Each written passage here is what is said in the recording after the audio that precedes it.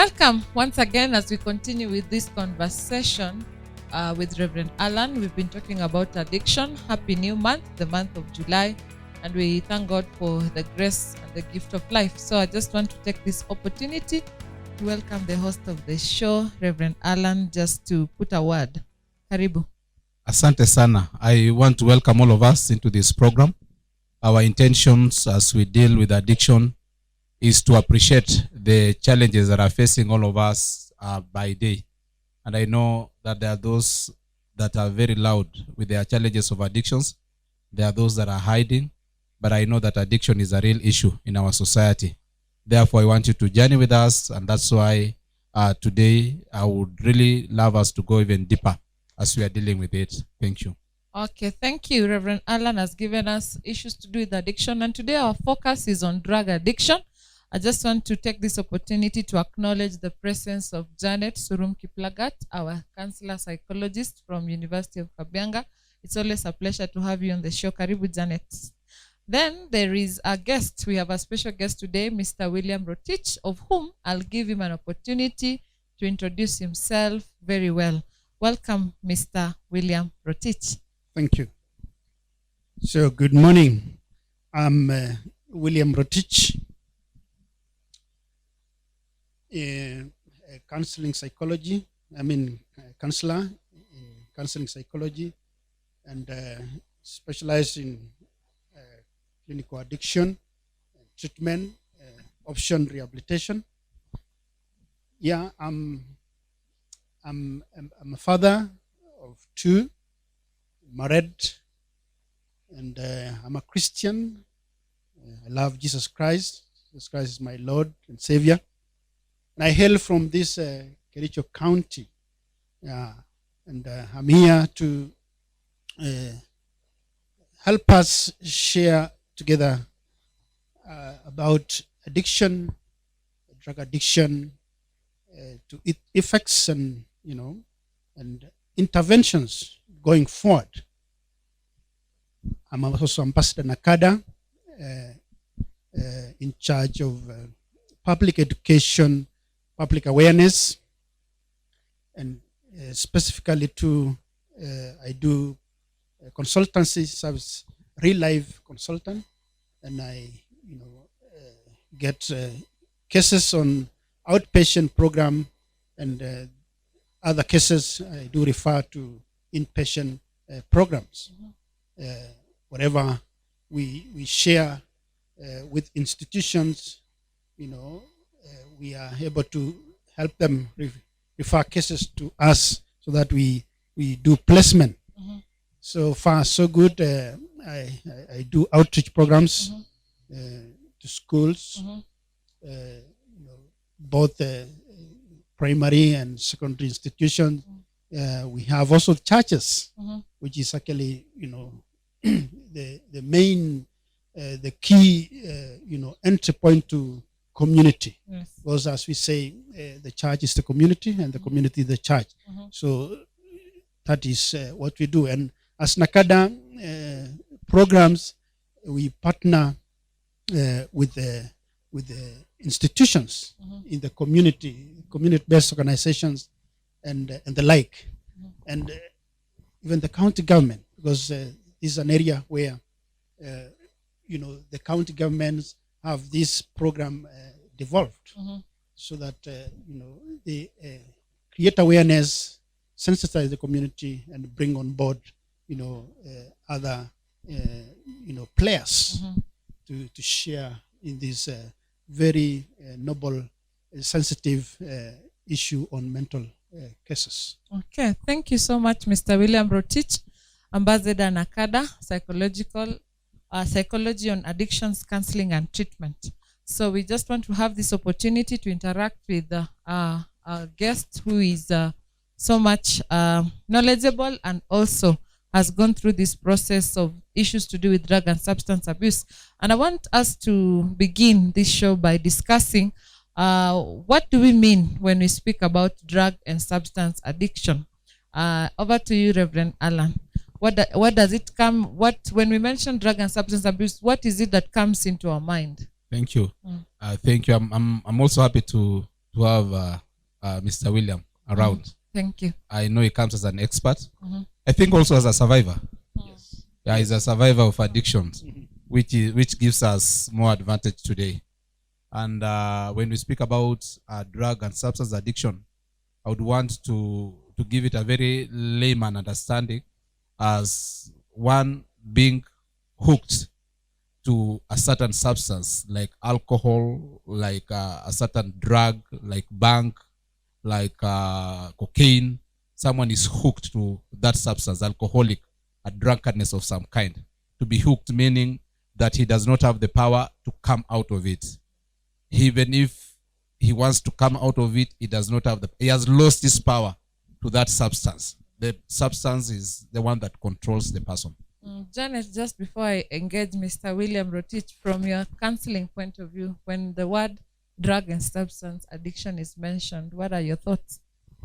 My thoughts are when a person has uncontrollable use of drugs, and these drugs could also be prescribed, you get to know about a drug, how it helps you, and then even when it's not prescribed for you, you continue using, together with alcohol and other substances. Yes. So uncontrolled use, hooked, those are some of the words that we are getting. Yes, Mr. William Rotich, what is your thoughts on drug and substance addiction? We are talking of drug addiction.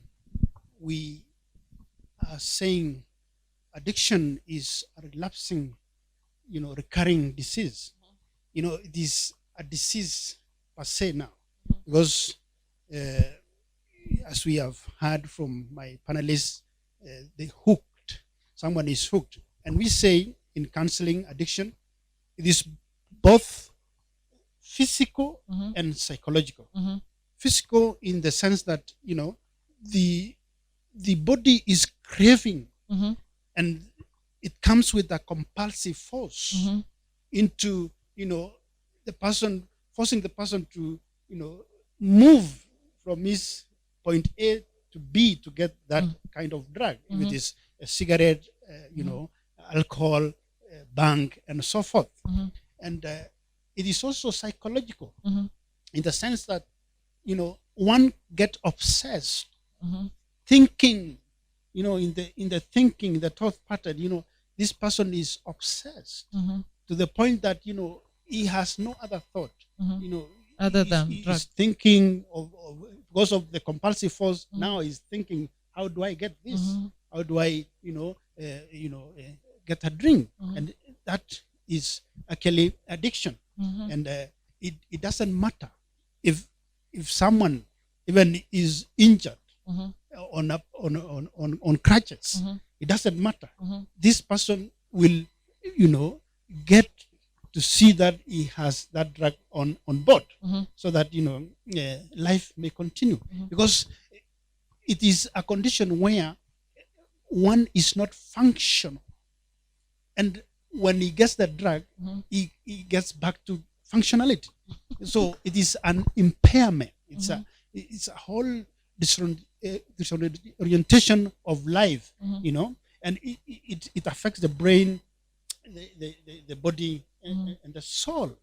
And when we are talking of also addiction, you will see also the other aspect, the social aspect, the emotional aspect, the economic aspect, the intellectual aspect. So this person is unmanageable. He may not be able to manage life per se. Thank you for those wonderful contributions. When we talk about the psychology, and the physical aspect of drug addiction and the examples Mr. William Rotich has just mentioned, we just want to continue with the Reverend Allan and Janet as you give us a general view of what are some of the causes of drug and substance addiction. What is the main cause that pushes us now? What are some of the causes? Then I just want later on Mr. Rotich to share with us his cause. Thank you. Okay, thank you for that question, and also thank you for that explanation. They say until you are in it, that's the time that you know it better. Now, some of the causes I I would want to say is why people go into addiction. Why people go into addiction could be a different as why do people start taking substance that would lead them to addiction. I would say people go into addiction after they keep on using the substance every time, repeatedly. It becomes a habit. That's how they go into addiction. I would say to some people, maybe because of a certain pain that they have been experiencing, and this substance is what takes away this pain. So they keep on taking the substance to manage pain, and in the process they get hooked up. But generally, I would say peer pressure, number one. When you have friendship that do the same thing and you keep on doing with them. Secondly, I would say frustrations in life. When people are frustrated and they don't know where to run to, they cannot face themselves, they cannot face the situation. Sometimes they decide to go to sedate them, to cheat them, that let me go through this problem in this manner. Another thing I would say apart from frustration, nurture, environmental effects as someone is growing. Those who have grown in that environment where people are smoking bang, there's a possibility they may end up in the same. Where alcohol is being brewed, there's a possibility. Some people who are raised up with parents that were taking alcohol, so it becomes like a normal thing at home, yet it's a substance, it's a chemical thing that affects the brain. So I would actually mention the three, and third, because I'm a pastor, I would say the devil. Yes. Okay. Janet, let me reserve my comments. Janet. It's true, the devil is also involved. Yes. And I would also add, now you know we have an expert here. Yeah. So let me just add and say that sometimes it's because of underlying issues, unresolved conflicts.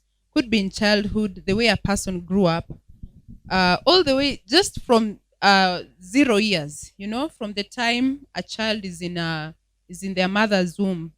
The teratogens that they are exposed to may influence whether they will be drug addicts or things like that.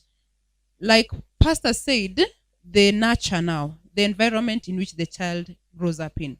You see, let me give an example of this. If we have an issue where the parents are always in conflict, marital conflict, and the child is an unconscious witness of what is going on. You see, any energy that goes into us must come out. It must come out, and it can come out in negative or positive ways. So the issues that children go through when they are young, including favoritism. I've handled cases where students who have grown up in families where they were regarded as low by some of the parents turn out to become drug addicts. I'd also say as people grow up, it is because of internal frustrations. People don't know how to handle the internal frustrations. The world has become crazy, so many things going on. And even you see with the rise of issues now, with the rise of taxes and things like that, I can assure you that many people will be prone to drug addiction. And also, yeah. Okay. Thank you. Mr. Rotich, now that you are in, then you're out. Tell us what are the cause or the causes. Now that you're in and now you're out. Tell us what are some of things that it could be one, it could be many. Please share with us your story. Thank you. This is very interesting because as a recovering alcoholic, I don't know how, because I just found myself. But I think in the first case, peer pressure, this kind of social, setup, at home, back at home, there was this, traditional cultural, celebrations, they call it what in Kipsik is tumin. Yeah, those cultural, activities, for circumcision and all that, and the families could brew, busa, and all that. So we were given a local brew, a test. Let's you share with used to share together, The first time I tasted alcohol Yes. was in Tumin. Yeah. And it is a social, it was as a social, of course, as it's a social event, everyone is allowed to get involved, whether you are young or old. So, bound. So I got into that, alcohol and even smoking, cigarettes and all that. So it becomes a build up, into, a habit every, December, end of year, celebration. We used to move from house to house, and that is how I got to test and and have that test and being able also to plan for that that longing drink for at the end December. of the year, because it was soothing, it was it was nice, yeah. And people will tell you, it is good. It's good when you have 1, 2, 3, yeah. But We call it one for the road. yeah, one for the road. Yes. But it is a nightmare, having suffered for 23 years. Wow. Yeah, and it all started with peer pressure, and it's to do about also curiosity. Trying to discover what goes into this dynamics of stuff. So peer pressure, and you are being introduced by older guys, because they are able to access and they are allowed to do this kind of drugs. So it went on, and most of the times, you are surrounded by this group, and if you want to belong to this group, you need to you need to be like them. You need to have also a drink. Fit in. Yeah, you need to support this charmer, to be able to get, given that title also that where unafaa sasa umehitimu. Umekuwa. Yeah. Okay. Yes. Tell us more. What was your routine like? Yeah, basically, this was early years. Now, I'm talking of early, years in my life. Primary school. How old? Yeah, it's like standard 5. Standard 5. I can't recall how many years. Around 13. Around 12. Around 12 thereabout. So basically, that is how we started.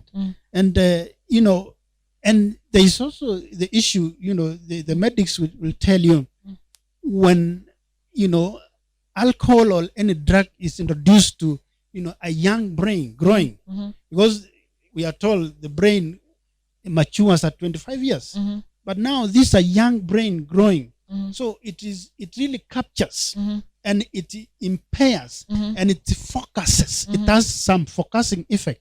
So I was focused without knowing that this thing will come into a problem. So basically, this drug became a routine. Even when we are in school, we used to smoke Kraiko, ile tobacco ya, we start now, looking for that. Ile ya kuroll na gazeti, you see? Roll na gazeti, tunaenda lunch hour, tunapata break ya to do that. At what class now? This is standard 6. Yeah, standard 6. Yeah, and it went on after now my KCP 844.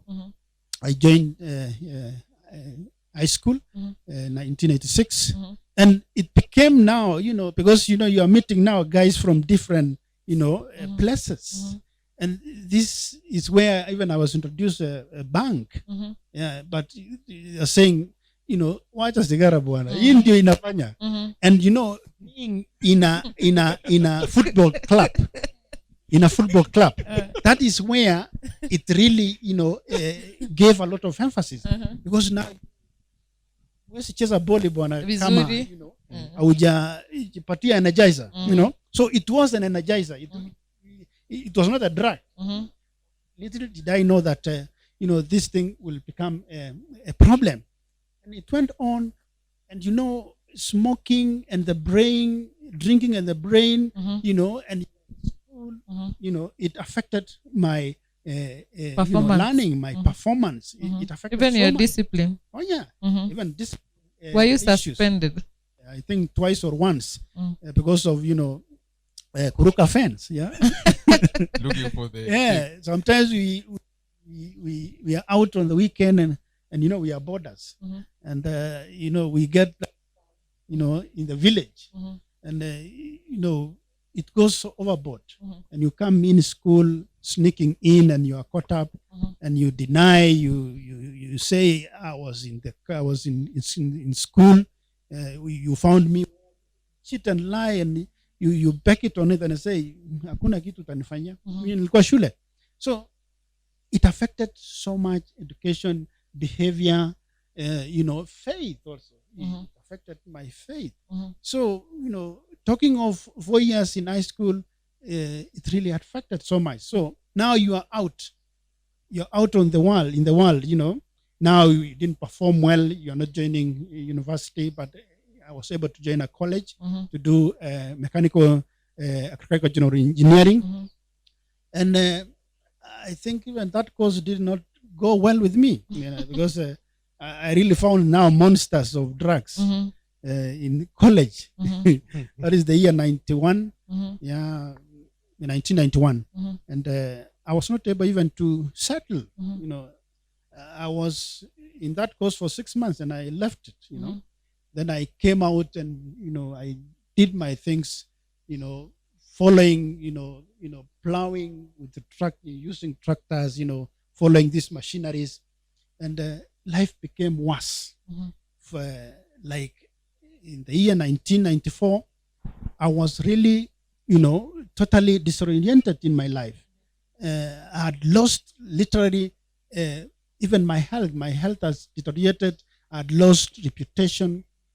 I'd lost, that, social status even in my life, because now I was doing day in, day out, and we were even transiting, so talk of 7 years down the line, I didn't see the light of the day. I didn't see when the sun was rising and setting, because I was in drugs.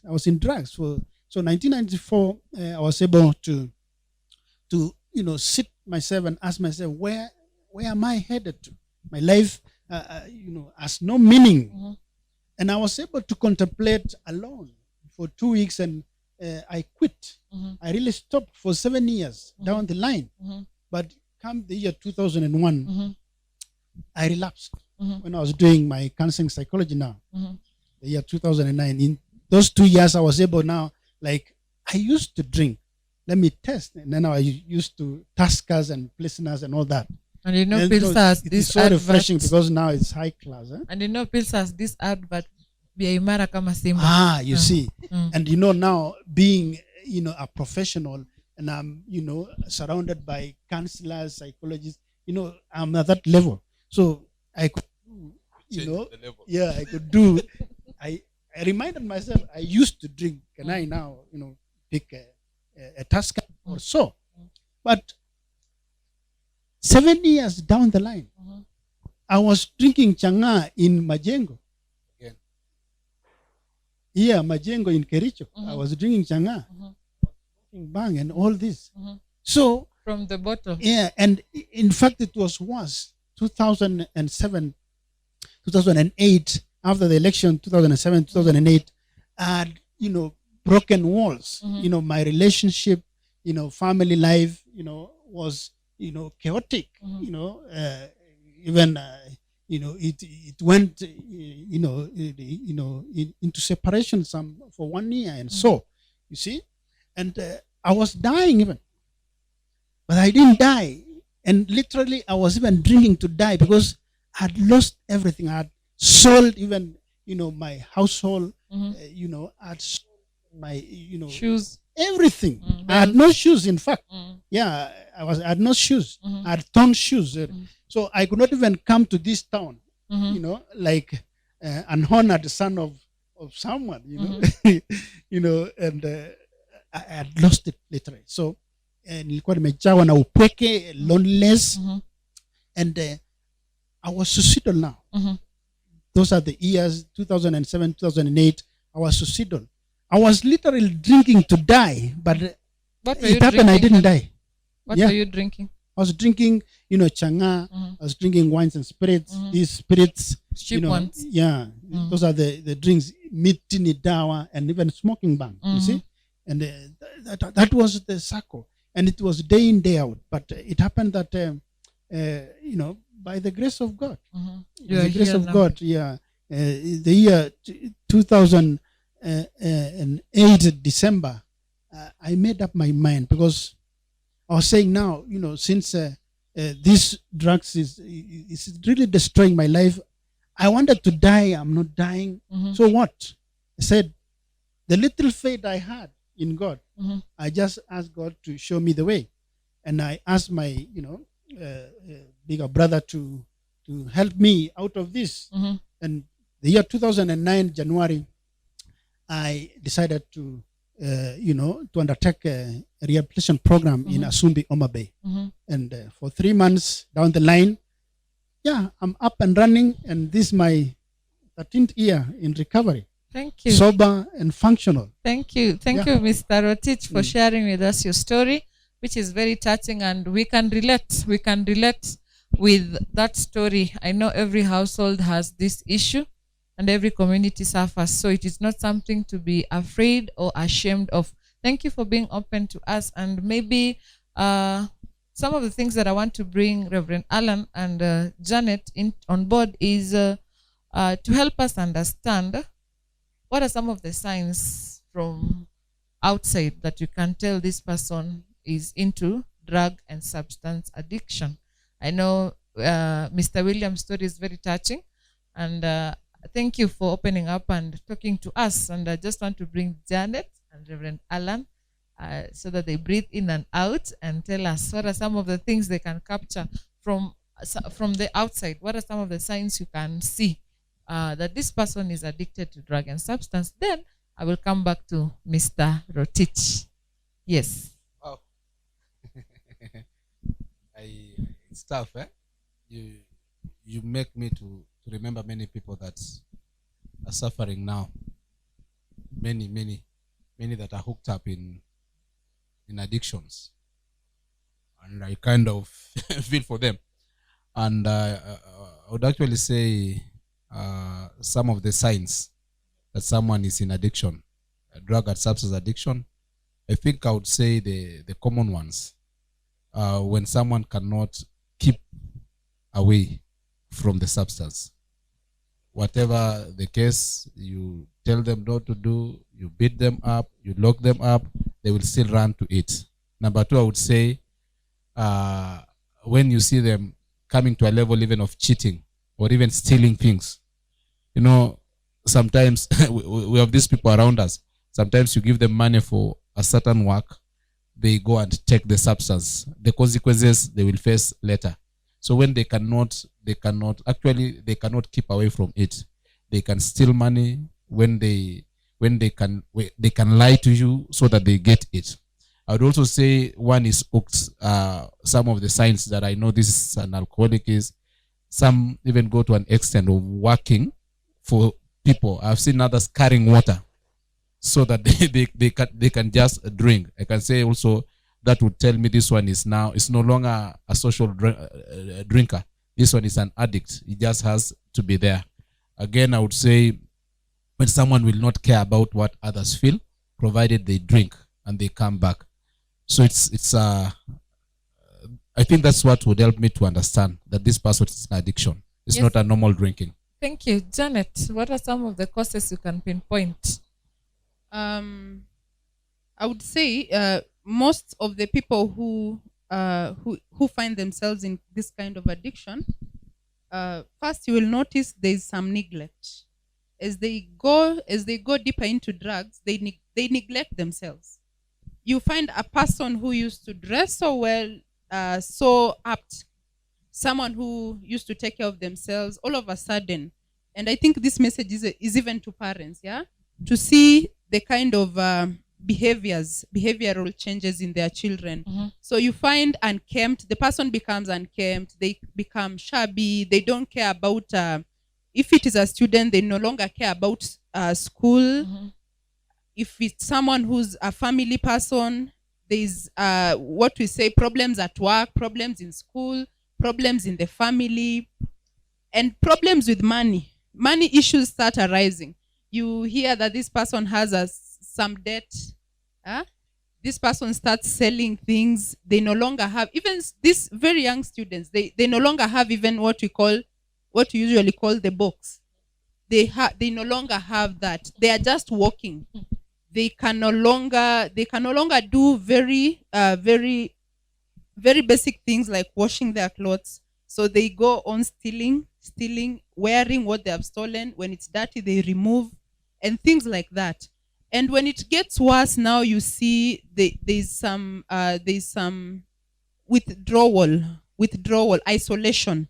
When you see someone has started isolating themselves from the company they used to keep, a good company that is, and even maybe from family, from friends, from church, etc., then this person could be slowly going into some sort of addiction. And I'd also say that people who are becoming addicts have what we call hallucination. At some point now you see the emotional symptoms, the behavioral symptoms of like things like hallucination. They get out of touch with reality. They no longer have a sense of purpose. And with this comes delusion. They no longer believe in the hope of the future, or they are too hopeful that I can even become the president of this country, or they do not have hope at all. And they have these feelings of self-hate, and they believe that everyone or most of the people hate them and they cannot understand them. Yeah, so those are signs of some of the symptoms that we can see in people who are slowly getting into addiction. Wow, thank you so very much, Janet and Reverend Allan.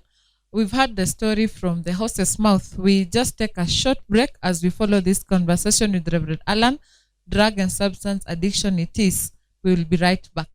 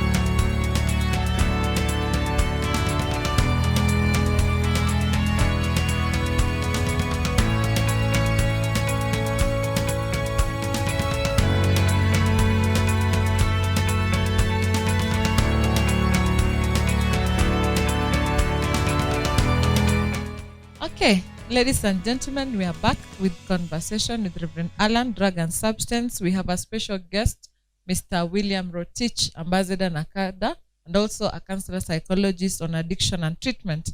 Welcome to our show, sir. It's always a pleasure. Thank you for getting time to be with us. I just want to begin with you again to share more on now that you've spoken before, and I want you to continue sharing with us some of the issues that you went through to sustain the lifestyle of drug and substance abuse. What are these things that you did? You spoke of going through the fence. You spoke of doing those. So please share with us, how did you sustain this life and help us understand more? Yeah, thank you. And before coming to that, I want to add on the signs. The obvious one is staggering. You know, you will see someone staggering. Yeah. And if this addict or an alcoholic is closer to you, you will smell. There's an odor, you know. Yeah, pungent smell. It is, you know, because of the, you know, sweats and all this, and, you know, they are not able to freshen up, and even the kind of clothes, you know, they don't change. So you really can smell that this is an addict. The other one also is, you know, they begging, you know, and of course it will go into how I sustain my addiction. So you literally, they would ask you, give me pasta, saidia kabisa mbao, and then they will say 10 of us, you know, they beg, and you know, and they do that. So in my case, and it is universal, whether, you know, this alcoholic is a CEO, a professor, a PhD, you know, this casual laborer, you know, ule mtu wa bodaboda, ule mtu wa, you know, inaitwa nini, anasukuma mkokoteni. We are all the same. As active addicts, we are on the same level. So what really, you know, sustained my addiction, because you really you know, you go into, you know, very kind of simple life, so to speak, by, you know, lying. Number one is lying. You lie, you manipulate, you know, you cause some scenarios so that, you know, you are given, maybe you are funded by your wife, or, you know, someone who knows you. You know, you lie like, you know, mtoto yangu, you know, ni mgonjwa. And even you don't know, the child woke up this morning and is in school, healthy, sound, and, you know, kicking. And someone is lying, give me 1,000, you know, lipa school fees. The other thing is, you know, they wanasema ng'ombe yangu ni mgonjwa bana, nataka kununua dawa, I want to buy, you know, this kind of medicine for my cow. But this cheating and lying, you know, to sustain, and manipulating, you know, giving some false information so that, you know, someone pities, you know, pities, you know. And then, you know, I would say also self-pity, you know, is one of it, because, you know, someone who has you know, in that condition will be able to you know, negotiate, you know, to someone who, when one you have never met in life, but you are able to negotiate until this person will pity you, you know, in one way or the other. So these are the ways of doing. Then lying, you know, stealing. Yeah, I used to steal. What did you steal? I stole my own closet. I stole money from, you know, Yourself. Yes. I stole even money from my wife's purse, you know. Yeah, it is given. It is given, you know, and it is happening. It is not something, you know, it is coming out today. It is alive. Tell us how you stole from your past, the past of your wife. Basically, you know, I was waiting for this, you know, partner of mine, and the bathroom. So na pengine nilikuwa sitting room nasoma gazeti. I'm a very good man, but timing this person to, you know, give way, and I thought to go to the kitchen, or to the shamba. And then you get into the past, and you know, when they realize later that my money is gone, is nowhere, they will come back and say, ulichukua ile pesa. You know, you become angry and you fight this, you know, this lady for nothing. Sema wewe unasema mimi ni mwizi. Yeah, and hiyo vitu zingine zinafuata, fighting. Yes. You know, and trying to, you know, show that how do you put me in that level? Yeah, but really you're in that level. Stealing is there, you know. And then, you know, my colleague had talked about the debts, you know, borrowing. You borrow until, you know, borrowing becomes a facility itself, you know, to facilitate even, you know, kwenda deni kuomba beer, pombe, kwadeni, Mhm. you would go to those level, and life went on, but it has never given satisfaction at all, Mhm. because there's still these aspects of an alcoholic, the life of an alcoholic, there's a way we mask ourselves, so that you are not seeing the real me, and you will pity me, and you can serve me what I want Mhm. at the end of the day. Mhm. Yes. So you have this phase whereby people, when they look at you, they have compassion towards you. Oh yes. Oh yes. Manipulation. Manipulation. Yeah. Because Interesting. at the heart of the alcoholic, Mhm. he really is living a life which even himself or herself would not like to live that life, because it is a tormenting kind of life. Mhm. So they are just putting face, just for the sake of, because the craving and the slavery. obsession, You feel addiction like itself. you're a slave Yeah, is a life of in slavery. them. Yeah. Interesting. Yeah, Yes, maybe- Reverend. You've said the life of an alcoholic himself. Maybe just in a few seconds, how does an alcoholic feel personally? Oh my goodness, my God. An alcoholic feels like, separated from the real life, I don't know how to explain this, because, any alcoholic in a life to addiction feel a lot of, loneliness, is lonely, is bitter, is someone disoriented, I would say. You feel disoriented, you feel out of place, but it's like, this addiction helps camouflage, Mhm. and those kind of issues, the pain, they have, there's a lot of pain, in their And lives. also guilt. I think the issue Yeah, of the issue of isolation and loneliness becomes because the character you exhibit, people begin to disown you, people begin to reject you, people begin to abandon you, people Stigmatized. stigma, and also you've done a lot of things that are not wanting. Maybe if you're a son, you've taken some property, or you've stolen something, so they tell you, we don't want to see you here again. So you're rejected, you're abandoned. Yes. So in that process, the feelings that you're processing are the ones that you're speaking about. Yes. Yeah. So it is a situation of hurting situation, Torments. torments. It's a hurting, kind of life. No one would like to live in such kind of life, because this is why when they come for counseling and they are given an opportunity to share, without any judgment, they pour all those pains and all those painful deposits they have in their life, and they recover. Thank you. Thank you.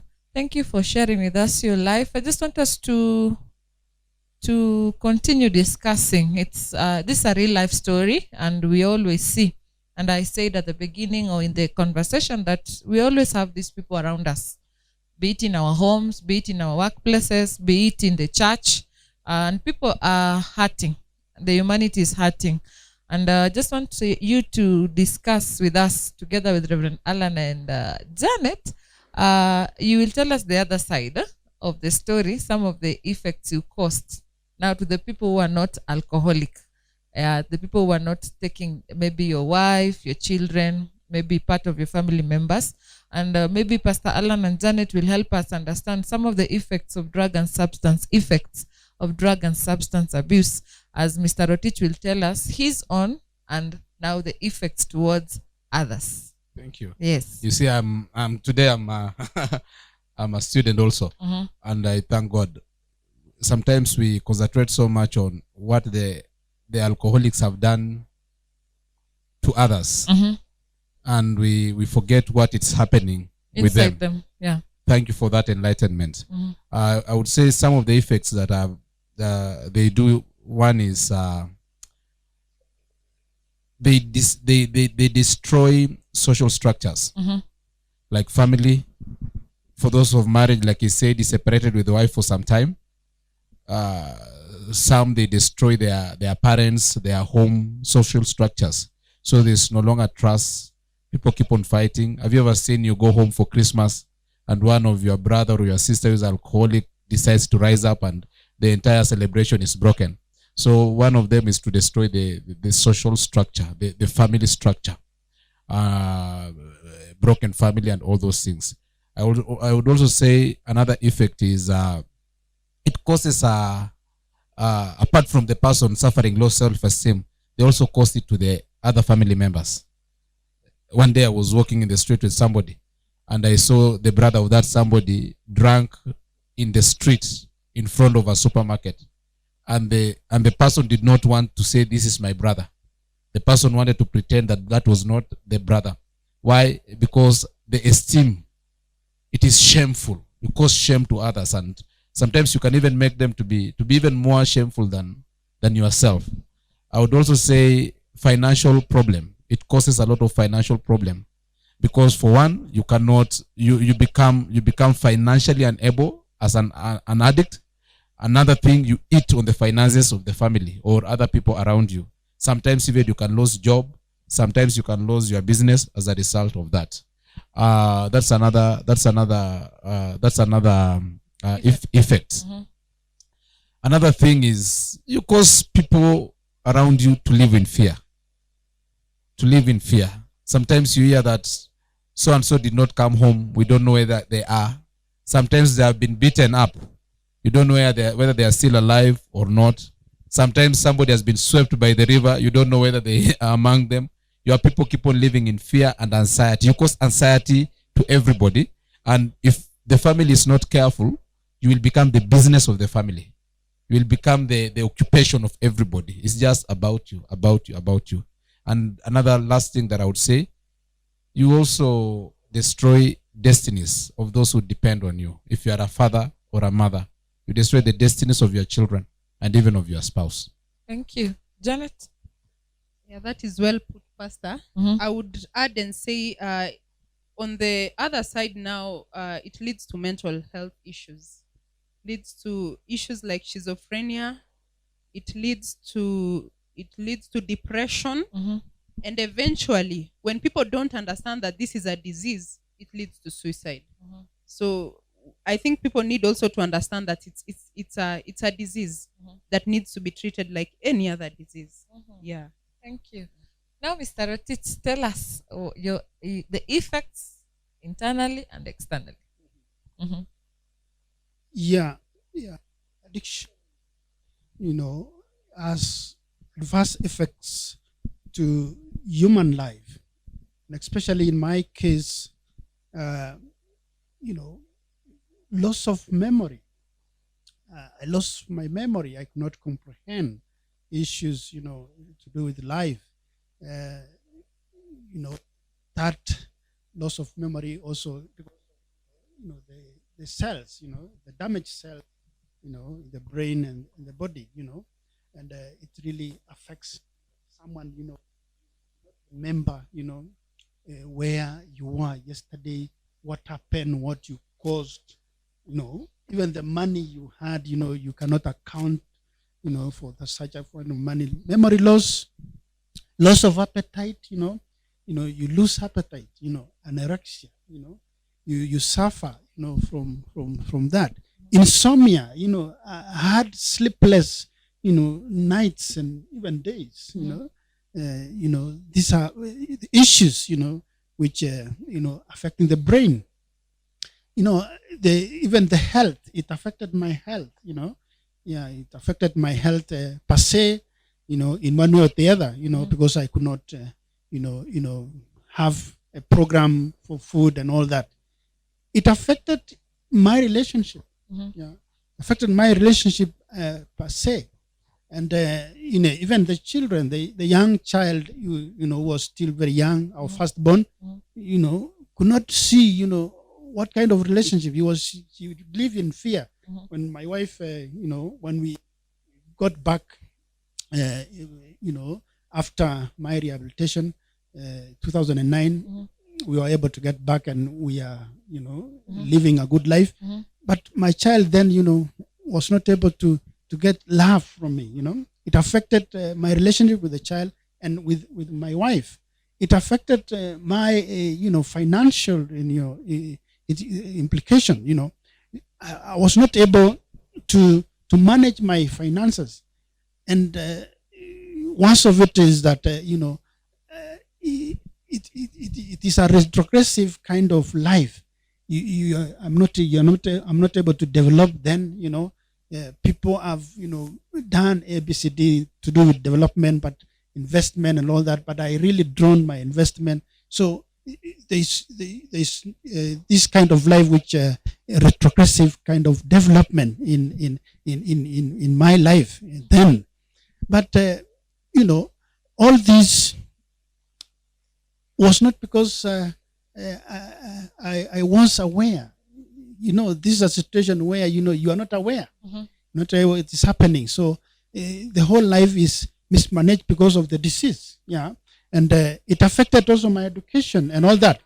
But thereafter, I don't know if you'll ask me to say the benefits now, but those are the effects. Even it affected my employment. My employment, it affected. Yeah, it's at some point I was not able to to take up to be up to the task.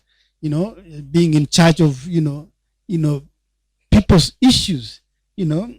Sometimes I would even borrow the class na ambia huko na kitu baada ya session toa kitu bana. So it affected a breach of kind of therapy. Yeah, and at some point also it affected my confidentiality. You were canceling the sick. Of course, The process. yeah, I really worked very hard, but somehow it overtook my conscience. Yeah. Okay. So those are the issues. It affected my reputation. Association, my association with people. It affected so much. Even back in my community, even it affected my faith. Yeah. So those are the issues, but there are benefits, of course. Yeah, if I may share, there are benefits which after my rehabilitation now, I'm functional. I am, resourceful. I went back to to train in specialize in clinical addiction and treatment. Yeah, and I was able to to train further in addiction issues with the NACADA, and I'm an ambassador NACADA, and also I'm able to counsel people. I'm taking a lot of cases, from students from university, working classes, family life, and I've seen people come out of addiction. Yeah, and because of I'm now resourceful. And another benefit, you're not now asking for your client if they have something. Yes, yeah, and Your clients are safe. I'm able. I'm functional. Self-management. Self-managed. Yeah.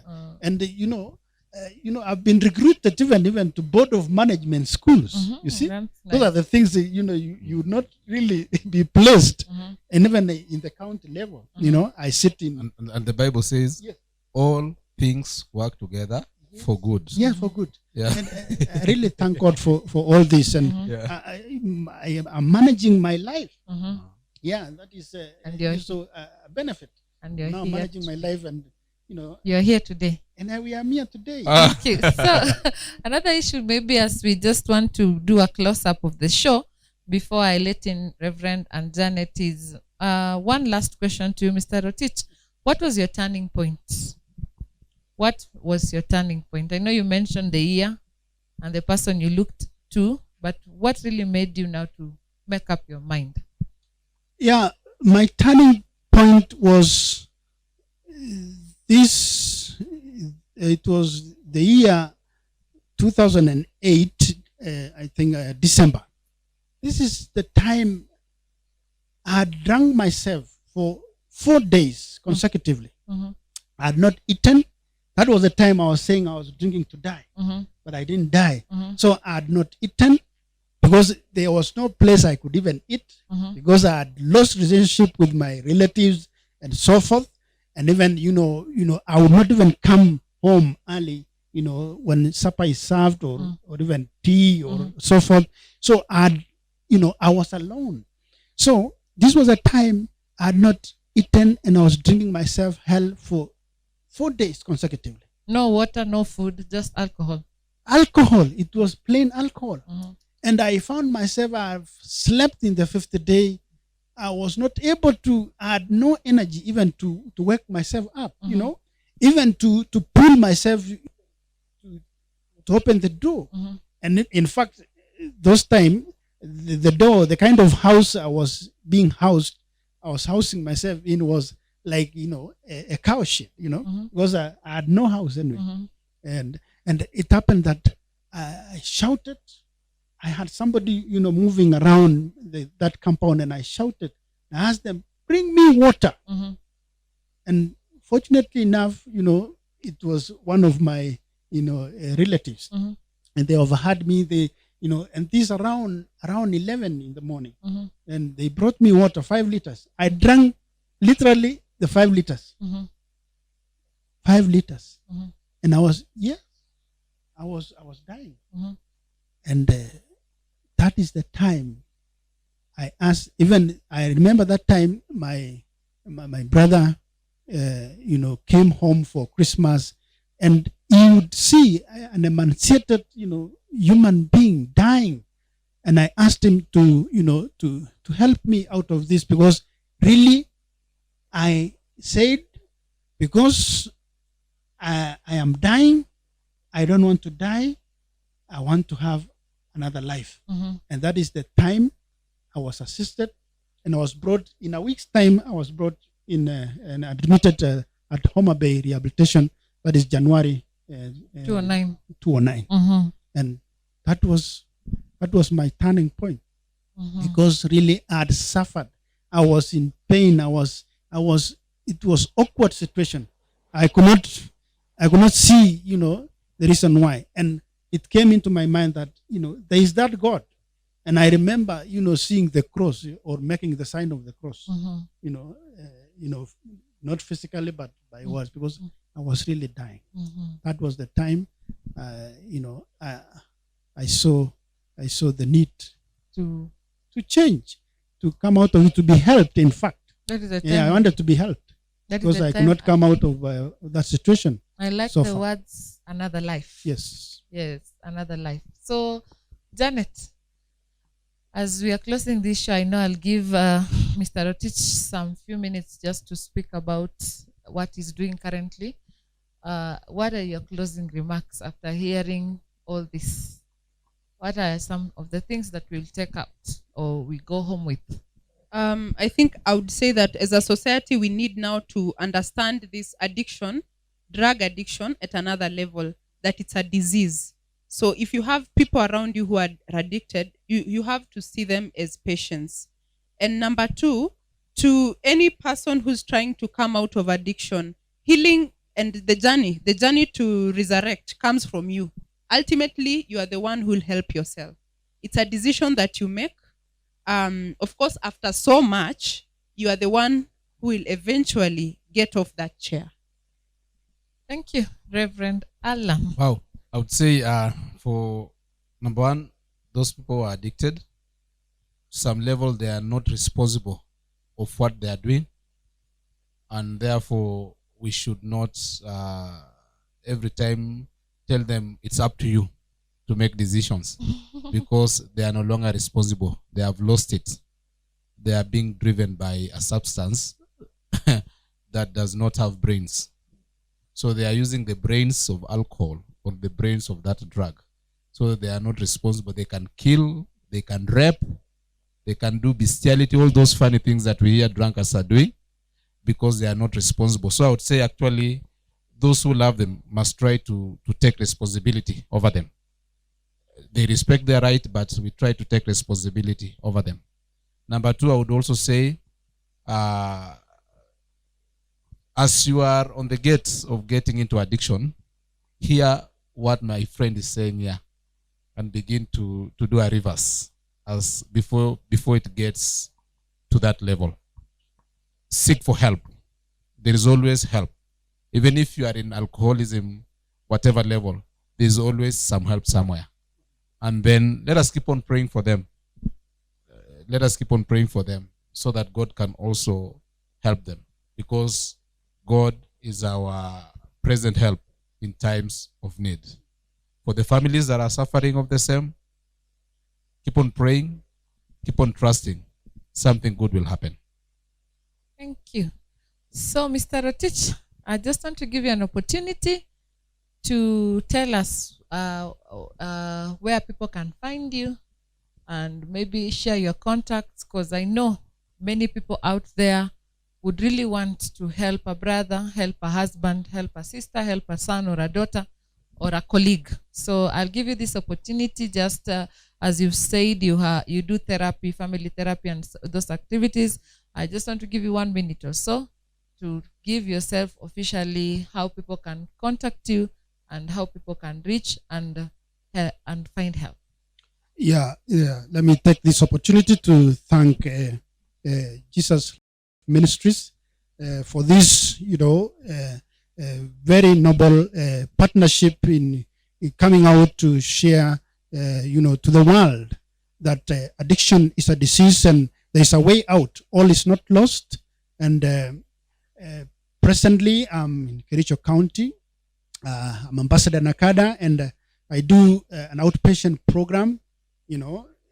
I'll share my contact so that we can, if you have an issue, you have someone to refer, you may be able to contact me using 0712 798 886. 0712 798 886. You'll get me, and I'll be able, to reach out. And one last, information to the public, that alcoholism is a disease. Yes, an alcoholic is sick. What they need is love. Let us show them love. Let us accept them the way they are.